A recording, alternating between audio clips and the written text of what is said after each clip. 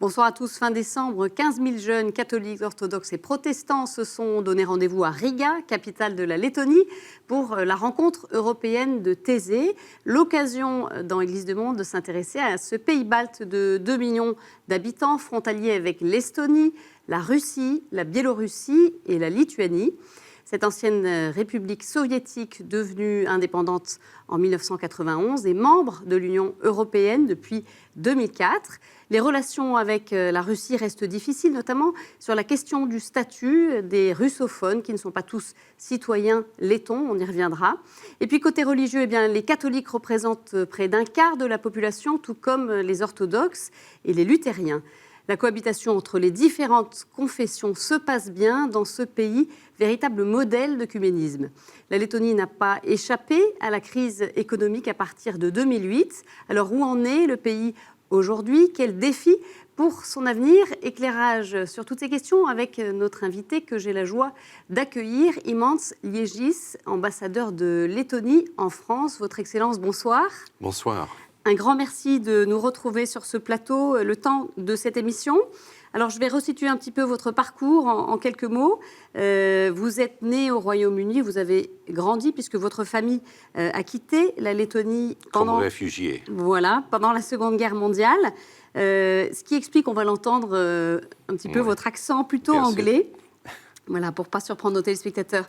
Après l'indépendance, vous avez pris des responsabilités pour votre pays, au service de votre pays comme diplomate et homme politique. Vous avez notamment été ministre de la Défense de Lettonie en 2009-2010. Et vous étiez, avant d'arriver en France en 2016, ambassadeur de Lettonie en Hongrie. C'est ça. C'est bien ça. On va parler peut-être de votre pays de manière un peu générale pour commencer, parce qu'on ne connaît pas forcément, nous, en France, et le situer par rapport à ses voisins, les deux républiques que sont la Lituanie et l'Estonie, également ancienne république soviétique. Dites-nous un petit peu... Tout d'abord, il faut souligner que nous ne sommes plus les républiques soviétiques. On n'aime pas tellement... Être associé à cette période-là. Non, ce n'est pas le cas. C'est le cas qu'on utilise ces mots, mais peut-être 25 ans après la restauration de notre indépendance, il faut dire que... Oui, exactement. Alors, on va juste essayer de comprendre avec vous qu'est-ce qui caractérise votre pays, peut-être par rapport à ses deux voisins.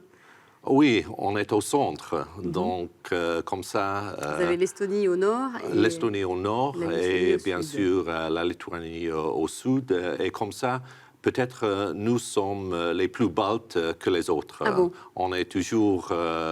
très content d'être parmi les pays baltes et de promouvoir nos positions pareilles sur la politique et de coopérer bien sûr avec nos deux voisins. Parce que, bien sûr, on a une histoire assez pareille pendant... assez proche pendant les dernières 100 années à peu près. Voilà. Sur le plan religieux, c'est aussi différent, hein? C'est un peu différent, oui. C'est-à-dire que nous, on est plutôt comme les Estoniens, on est les protestants. C'est-à-dire que, bien sûr, on a les orthodoxes et on a une partie du pays qui est aussi catholique à l'est du pays. Tandis que les Lituaniens sont les catholiques en majorité, tout à fait, c'est ça. On en revient à cet événement qui s'est passé chez vous, à Riga, avec donc cette rencontre européenne, la 39e rencontre de Thésée, organisée donc, chez vous. Oui. Dites-nous, est-ce que c'était un événement important pour les Lettons? Oui, c'était très important qu'on a accueilli 15 000 jeunes. Et je crois que c'est très bien passé. On l'a remarqué dans notre société et on était très fiers, on est très contents qu'on a décidé d'organiser cette réunion chez nous. Et je comprends qu'il y avait des jeunes un peu de la Russie, de l'Ukraine, de la Biélorussie, donc c'était formidable, et de la France, bien sûr. On va écouter l'archevêque de Riga. Oui. On parlait du communisme il y a quelques instants. Même si on regarde plus maintenant l'avenir que le passé, on ne peut pas ne pas évoquer ce passé-là quand même qui a touché votre pays pendant plusieurs décennies. Comment est-ce que ça a modelé les comportements ? Eh bien, je vous propose d'écouter à ce sujet Monseigneur Zbigniew Stankiewicz, qui est l'archevêque catholique de Riga, qui a rencontré Gabriel Massé. In Soviet time, everybody was insecure because many thousands of persons were deported, were killed by Soviet regime. And we have had a lot of traitors, persons who informed secret services about their neighbors. And in our mentality, it's, how to say, we are reserved against others, other persons, unknown persons especially. Voilà, donc on écoutait ce regard en fait de l'évêque, l'archevêque de Riga. La mémoire de cette période, elle reste encore vive aujourd'hui, vous le percevez ? Oui, bien sûr, oui. Parce que l'époque soviétique, ça a touché chaque famille en Lettonie. Donc, et même quand je parle avec mes collègues à l'ambassade, il y en a qui, par exemple, mon attachée culturelle, elle me dit que oui, son père était en Sibérie, il était déporté avec ses parents pendant les années 40, pendant l'occupation soviétique de notre pays. Donc oui, et on marque ces jours dans notre calendrier chaque année. Il y a le 14 juin, quand on avait les déportations de 1941, et le 26 mars, on avait les déportations en 1949. Donc c'est des jours qui sont encore forts, marqués, symboliquement. Oui, parce que c'est... Et on a même les intellectuels qui organisent les voyages en Sibérie pour que les gens puissent retourner sur les lieux et voir où sont enterrés, par exemple, leurs grands-parents. On a un grand compositeur letton, Pēteris Vasks, qui organise ce voyage avec sa femme qui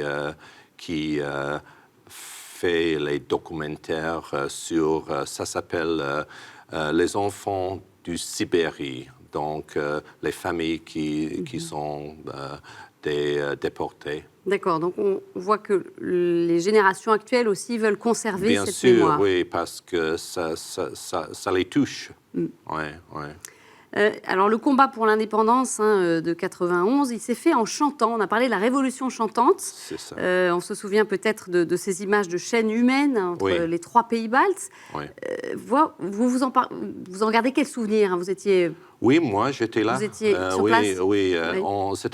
En effet, c'était en 1989 et c'était l'anniversaire du pacte qui était un pacte de la part des Soviétiques, une pacte secrète. On ne parlait pas de ce pacte pendant l'époque soviétique. Et c'était pour marquer le pacte entre Staline et Hitler de 1939. Donc, c'était le 50e anniversaire. Pacte germano-soviétique. Oui, et donc, on a eu cette chaîne humaine. Moi, je me suis... Vous y avez participé? Oui, j'ai participé. J'étais en Lettonie en ce moment-là et j'étais presque à côté, pas loin de la frontière lituanienne à cette époque-là. Et j'ai donné ma main à un homme assez vieux. Il avait ce soutien, comment ça s'appelle? Une canne? Une canne, oui. Et je lui ai demandé où est-ce que vous habitez. Il m'a répondu Bauska. Il m'a demandé, moi, j'ai dit Nottingham en Angleterre. Et lui, j'ai remarqué qu'il y avait une larme qui a roulé sur sa joue. C'était un moment très émotionnel, bien sûr. On a chanté, on a le dos contre l'Est et en face, c'était l'Ouest. Donc, c'est vraiment une manifestation très grande et tout à fait pacifique. C'est la résistance pacifique. On a eu les manifestations de à peu près à Riga 700 000 personnes qui ont commencé à chanter pour exprimer leur identité lettonne. Parce que le but de l'Union soviétique, c'était d'annuler la nationalité. Et nous, on a essayé de le garder, bien sûr. Vous marquez ça donc, à travers ces chants patriotiques. Ouais. On en revient à la Lettonie d'aujourd'hui. Oui. Elle fait partie de l'Union européenne depuis 2004. Qu'est-ce qu'elle peut apporter à l'Europe, ce petit pays? Je crois qu'on apporte la différence, la culture, la tolérance. On est très fiers d'avoir une population avec un mélange des nationalités, les Russes, les Bélarusses, les Ukrainiens. Et on a par exemple le maire de Riga, et il est russe en nationalité. Donc, et on a une culture qui est très vieille. En effet, notre langue a les racines dans le sanskrit et notre culture qui est basée sur nos chansons. On a tous les 5 années, on a un grand festival de chant et de danse avec participants à peu près 15 000 personnes qui chantent ensemble. Donc il y a cette culture ancrée, oui, ancienne. Oui, et c'est une culture européenne quand même. Oui. Et mélangée aussi. Et on en vient justement, vous parliez de ce mélange qui constitue un petit peu le visage de la Lettonie. La Lettonie qui n'a à accueillir que quelques centaines de migrants. On évoque la crise migratoire, voilà. Je crois environ 500 selon les quotas imposés par Bruxelles. Non, c'était un quota pas imposé, c'était volontaire. Donc on avait un accord, on était d'accord d'accepter les réfugiés comme ça. Donc simplement quelques centaines. Dites-nous comment cette question-là a traversé le pays, les Lettons face à la crise migratoire. Comment aussi les Lettons regardent ce qui se passe dans d'autres pays d'Europe occidentale sur ce plan? De notre part, je crois qu'on accepte qu'à cette responsabilité humaine d'accepter les gens qui se sont enfuis de la guerre, qui avaient les vies qui étaient en danger. Donc, c'est une geste humanitaire tout d'abord et surtout c'est pour exprimer notre solidarité avec les autres pays européens qui sont d'accord. Tout d'abord, bien sûr, l'Allemagne et d'accepter notre responsabilité et de comprendre que si nous, on aide, il faut que nous aident les autres aussi. D'accord. Est-ce qu'il y avait une certaine méfiance aussi qui...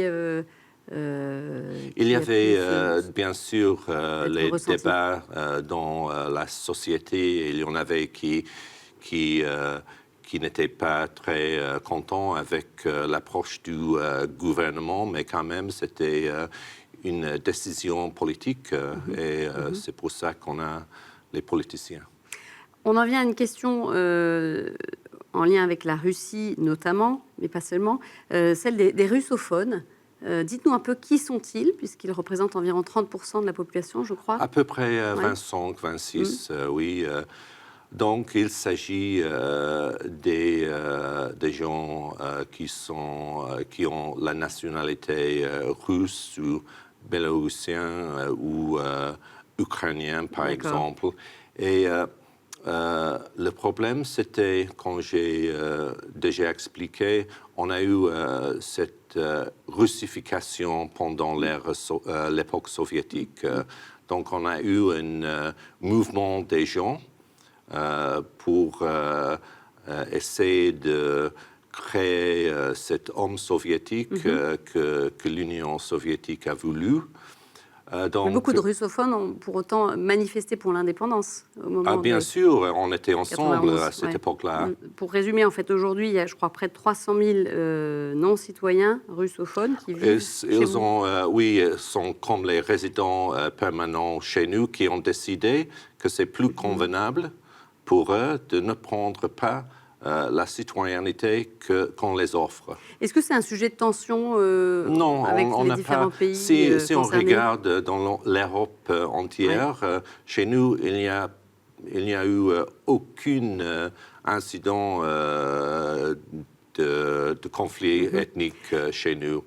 Aujourd'hui, ils ont très bien intégré. Bien sûr, il y en a entre eux, comme dans tous les pays, qui sont un peu malcontents, qui demandent l'automacité, qui demandent notre citoyenneté automatique sans savoir notre langue, par exemple. C'est ça. Mais nous, on les offre la citoyenneté s'il y a des conditions qui... Une question sur la crise ukrainienne qui se déroule sous vos yeux. Est-ce que ça a ravivé aussi ces tensions avec la Russie? Est-ce que les pays baltes pourraient être en quelque sorte la prochaine Ukraine? Est-ce que c'est une inquiétude? Non, je crois que c'est un problème pour l'Europe entière, en effet. Ce n'est pas un problème de chez nous. Bien sûr, on partage la frontière avec la Russie. On a remarqué au moment de l'annexation illégale du Crimée les troupes à côté de notre frontière. Donc, cette agression de la Russie, et là, il faut distinguer la Russie et les Russes, parce que ce n'est pas les Russes, c'est le pouvoir de la Russie qui est devenu agressif. Donc, bien sûr, ça, on a les gens chez nous à commencer à se souvenir des déportations et l'agression soviétique comme ça. Ça réveillait des peurs. Oui, on était inquiets, mais en même temps, on comprend qu'on est pays membre de l'OTAN et de l'Union européenne et on espère que ça nous aide. Ça apporte une garantie sécuritaire, en tout cas. Oui, surtout de la part de l'OTAN. Et on est très content que la France va aussi, cette année, participer avec les forces d'armée avancées dans les pays baltes. Alors, l'œcuménisme est une réalité forte en Lettonie.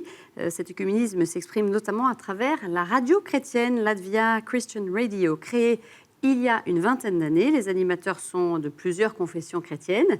Quelle est la démarche? Eh bien, pour le savoir, Gabriel Massé est allé faire un tour dans ses studios. 10:35 minūtēs aicinu ieklausīties Bībeles lasījumā no Marka evaņģēlija 8. nodaļas. Créer une radio chrétienne lettonne Tali Valdis Talbergs en a eu l'intuition en 1989 lors d'un voyage aux États-Unis.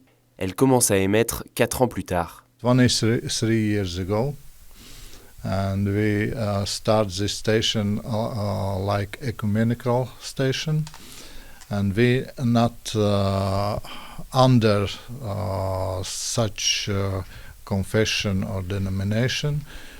We are independent station, but we work together with 5 denominations: Catholics, Lutherans, Baptists, Adventists and Pentecostals. Des psaumes, des prières, des discussions entre les différentes confessions sur des thèmes de foi ou de société, ce sont autant d'émissions et de programmes dans une radio qui diffuse 24 heures sur 24 et 7 jours sur 7 et qui, grâce à Internet, propose également de plus en plus d'émissions en images.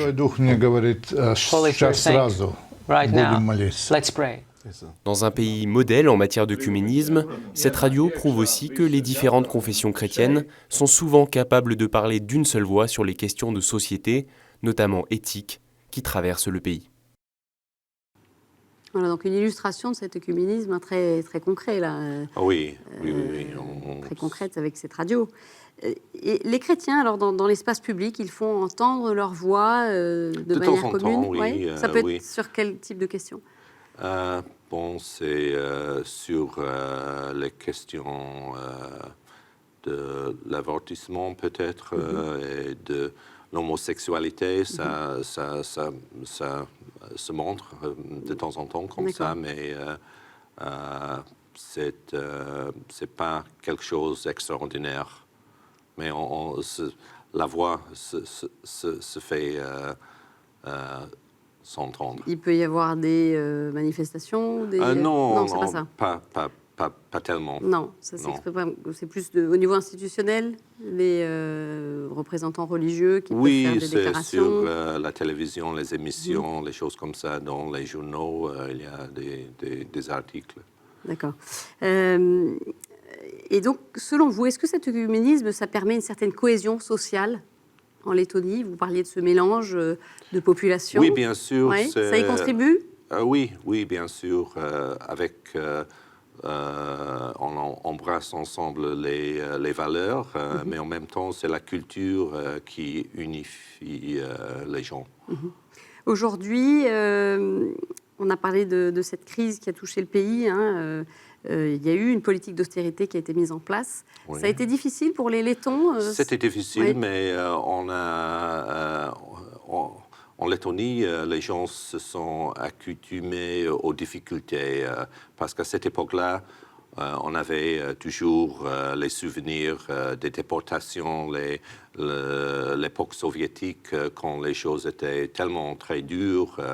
On avait les queues pour les magasins. Il n'y avait rien dans les magasins. La vie était tellement dure à cette époque-là. Donc, je crois que les Lettons ont su faire face. Oui, s'adapter, malgré le fait que ça pu être difficile peut-être pour les plus fragiles aussi. Oui, mais on a essayé de les soutenir. De toute façon, le gouvernement a eu une conversation pendant cette époque-là. Moi-même, j'étais ministre avec les groupes de la société, avec les syndicats qui ne sont pas si forts comme en France, mais quand même, on s'est engagé avec les différents groupes dans la société pour expliquer la politique d'austérité qui, en effet, a réussi chez nous. D'accord. Progressivement, le pays se relève. Oui. En fait. Toute dernière question, c'est quoi justement l'enjeu, selon vous, pour l'avenir de la Lettonie? Comment vous voyez ça? L'enjeu, à mon avis, c'est la sécurité du pays, l'existence du pays. Vous voyez, c'est une question assez existentielle. Ces menaces qui viennent de la Russie, soit c'est les menaces dans l'informatique avec le cyberattaque qui existe un peu partout ce jour-ci. Les moyens, c'est en effet la crainte de libre-guerre ce qu'on appelle l'hyperguerre. D'accord, donc c'est plus sur ce terrain-là. Oui, qu'on a les soucis. D'accord, Ouais. d'accord. Mais, et donc, tout ce qui se passe dans le monde en ce moment, parce que pour nous, la présence des États-Unis en Europe est aussi très importante. Et donc, si les États-Unis deviennent plus... Pro-russe non, pas pro-russe, mais plus isolationniste, s'isole un peu plus, donc c'est pas bien. Oui. Bien sûr, on voit ce qui se passe. Vous avez besoin d'eux comme protecteurs, comme ils l'ont été jusqu'à présent. Oui, avec nos partenaires européens, mais aussi de la part des États-Unis. Donc, C'est évidemment. pas seulement pour la Lettonie, mais pour l'Europe ensemble, à mon bien avis. sûr. Donc, à voir effectivement avec ce que va donner le début de la présidence Trump. Exactement. On va suivre avec attention. Merci beaucoup, Iman Liegis, d'être venu sur notre plateau. Merci, je vous remercie. Voilà, c'est la fin de cette édition. Vous pouvez la revoir sur notre site et nos réseaux sociaux. Très belle soirée. À la semaine prochaine. Au revoir.